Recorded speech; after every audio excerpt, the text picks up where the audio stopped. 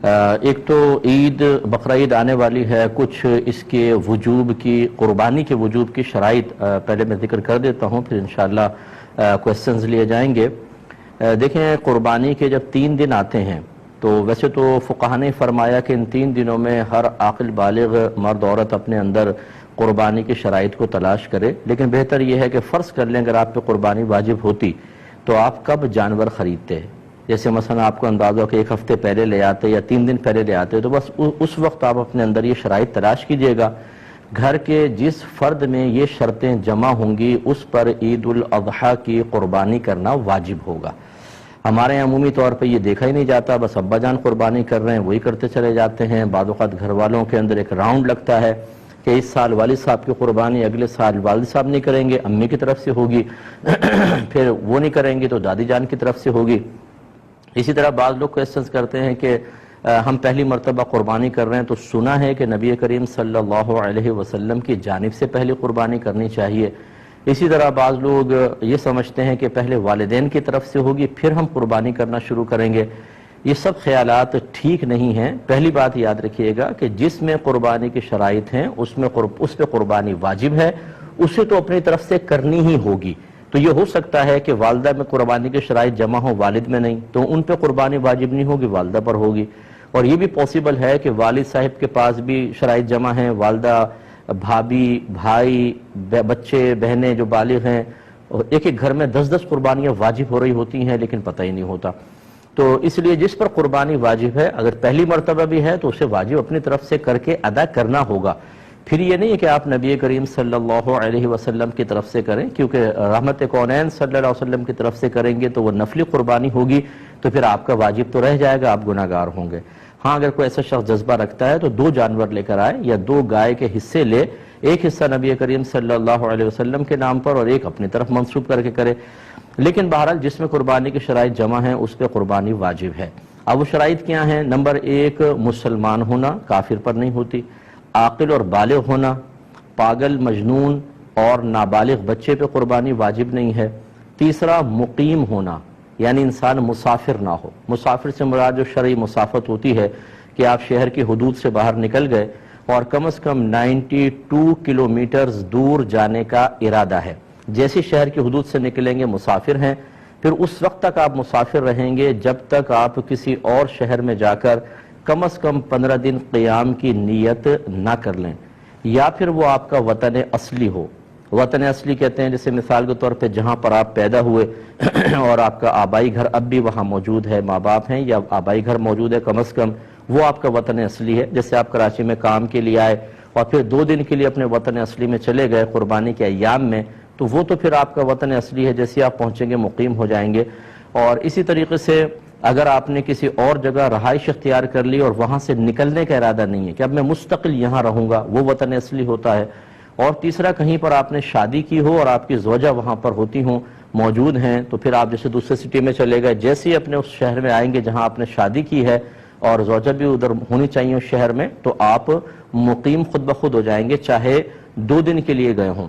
لیکن اس کے علاوہ اگر کوئی ہے ان تینوں چیزوں کے علاوہ تو کم از کم 15 دن کی نیت کریں گے تو مقیم ہوں گے، ورنہ مسافر رہیں گے۔ تو مسافر پہ قربانی واجب نہیں ہوتی ہے، مقیم پر واجب ہوتی ہے۔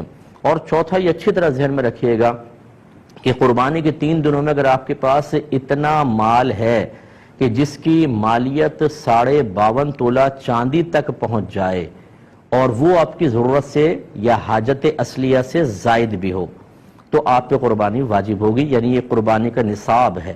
بس اتنا اگر اماؤنٹ آپ کے پاس ہے اور آپ کی ضروریات زندگی سے زائد ہونا چاہیے۔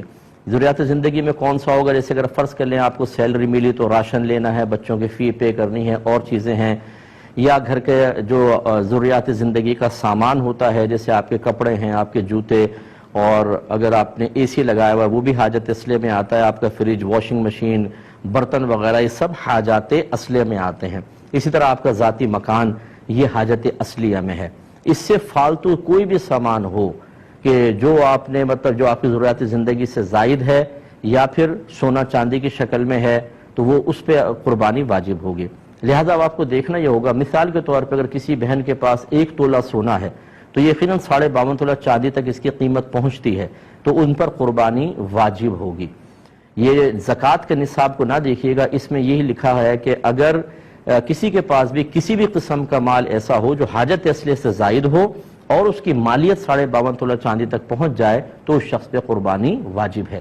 لہٰذا یہاں تک فقہا نے لکھا ہے، مثال کے طور پہ اگر آپ نے کوئی مکان کرائے پہ چڑھایا ہوا ہے تو وہ تو آپ کی ضرورت سے زائد ہے نا، تو اس مکان کی بھی مالیت کا حساب ہوگا، قربانی واجب۔ اسی طریقے سے اگر آپ کا ذاتی مکان آپ رہ رہے ہیں، اس میں 6 کمرے ہیں، 4 یوز ہوتے ہیں، 2 کمرے بالکل بند پڑے ہوئے ہیں، ان 2 کمروں کی قیمت کا بھی حساب کیا جاتا ہے۔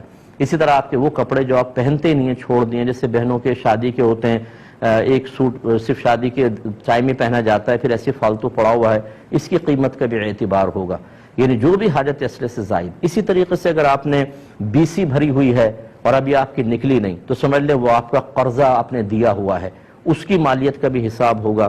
اسی طرح کسی کو قرض دیا ہوا ہے آپ نے، اس کی مالیت کا بھی حساب ہے۔ تو خلاصہ کلام یہ ہے کہ قربانی کے دن جب قریب آ جائیں تو آپ یوں کریں، جتنا آپ کا سونا ہے اس کی قیمت نکلوا لیں، چاندی کی قیمت نکلوائیں، جتنا کیش روپیہ پڑا ہے وہ بھی، پرائز بانڈ ہوں، شیئرز ہوں، سیونگ سرٹیفکیٹس آپ نے لے کے رکھے ہیں، ان سب کی قیمت اس میں ایڈ کر لیں۔ اس کے علاوہ آپ نے اگر BC دی ہے اور ابھی نکلی نہیں، وہ آپ کا قرض ہے سمجھ لیں، اسے بھی ایڈ کریں۔ کسی کو ویسی قرض دیا ہوا ہے وہ بھی اس میں ایڈ کر لیں اور اس کا ٹوٹل نکال لیں۔ ٹوٹل نکالنے کے بعد پھر آپ یہ ضرور دیکھیے گا کہ کیا اس میں سے کچھ ایسا پیسہ ہے جو مجھے فوری طور پہ گھر میں خرچ کرنا ہو، یا پورے مہینے میں جیسے بجٹ کا ہوتا ہے آپ یوٹیلیٹی بلز کے لیے اور راشن وغیرہ کے لیے رکھتے ہیں، اسے اس میں سے مائنس کر دیں۔ اس کے علاوہ ہر وہ قرضہ جو اس منتھ میں آپ کو فوری طور پہ ادا کرنا ہے، جیسے کوئی انسٹالمنٹ دینی ہے آپ نے، یا کسی کا قرضہ لیا ہوا اور وہ کبھی بھی مطالبہ کر سکتا ہے، ایسا کوئی قرضہ جس کی کوئی میعاد وغیرہ مقرر نہ ہو، اس سب کو بھی اس میں سے مائنس کر دیں۔ اب جو باقی بچے دیکھیں، اگر وہ 52.5 تولہ چاندی کے برابر پہنچ جاتا ہے تو بس پھر ٹھیک ہے، آپ پہ قربانی واجب ہے، ورنہ نہیں ہے۔ سوری۔ اسی طریقے سے آپ نے ان تمام چیزوں کو ایڈ کیا، قرض باہر نکالا، آپ نے کوئی مکان کرائے پہ دیا ہوا ہے، دکان کرائے پر دی ہوئی ہے، یا آپ دکان چلاتے ہیں، وہ دکان آپ کی حاجت اصلیہ سے زائد کے لائے گی، اس کی قیمت ایڈ کریں گے تو قربانی بن جائے گی۔ اس طریقے سے ہر گھر کا فرد قربانی کا حساب کرے۔ اچھا، جب اس قسم کے مسائل لوگ سنتے ہیں، چونکہ اس میں خرچہ ہوتا ہے، تو کہتے ہیں یہ تو ہم نے آج تک نہیں سنا تھا، پتہ نہیں کہاں سے مسائل نکال کر لے آئے۔ تو ہماری صحت پہ کوئی فرق نہیں پڑے گا، ہمارا کام ہے آپ کو سمجھانا۔ اگر آپ ایک ایسے ماحول میں رہے کہ جہاں آپ کو کسی نے یہ مسئلے نہیں بتائے تو وہ بتانا نہ بتانا وہ چھوڑ دیجئے، ہمارا کام تھا ان مسائل کو سیکھنا۔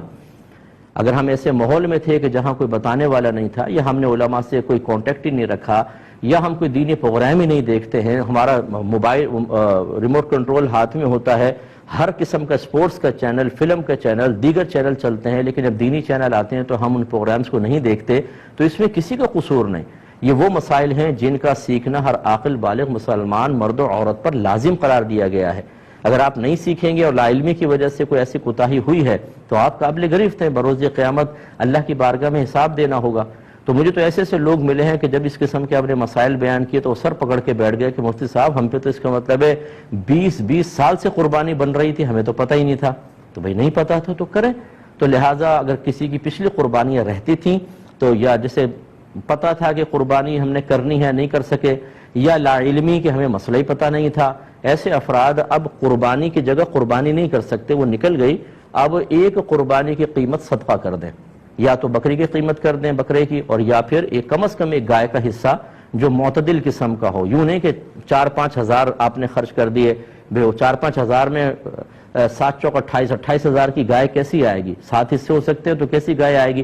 اچھی تھوڑی سی درمیانے درجے کی گائے کا حساب کریں، اور اس کو آپ یعنی جتنے رہتی ہیں، 10 قربانیاں ہیں تو اگر آپ 7 حصے ایک گائے کے اور 3 حصے اور گائے کے اندر ملا لیں تو 10 حصے ہو گئے، اتنے آپ کو رقم صدقہ کرنی ہوگی۔ فوری طور پہ کر سکتے ہیں، بیسٹ ہے، ورنہ اگر اتنے پیسے نہیں ہیں تو بہرحال اس دفعہ کی قربانی واجب ہے وہ پہلے کریں، اور پیچھے والی قربانی کے تھوڑے سال بسال خرچ کرتے رہیں تاکہ وہ آپ کا حساب کتاب پورا ہو اور آپ آخرت کی گرفت سے محفوظ رہ سکیں۔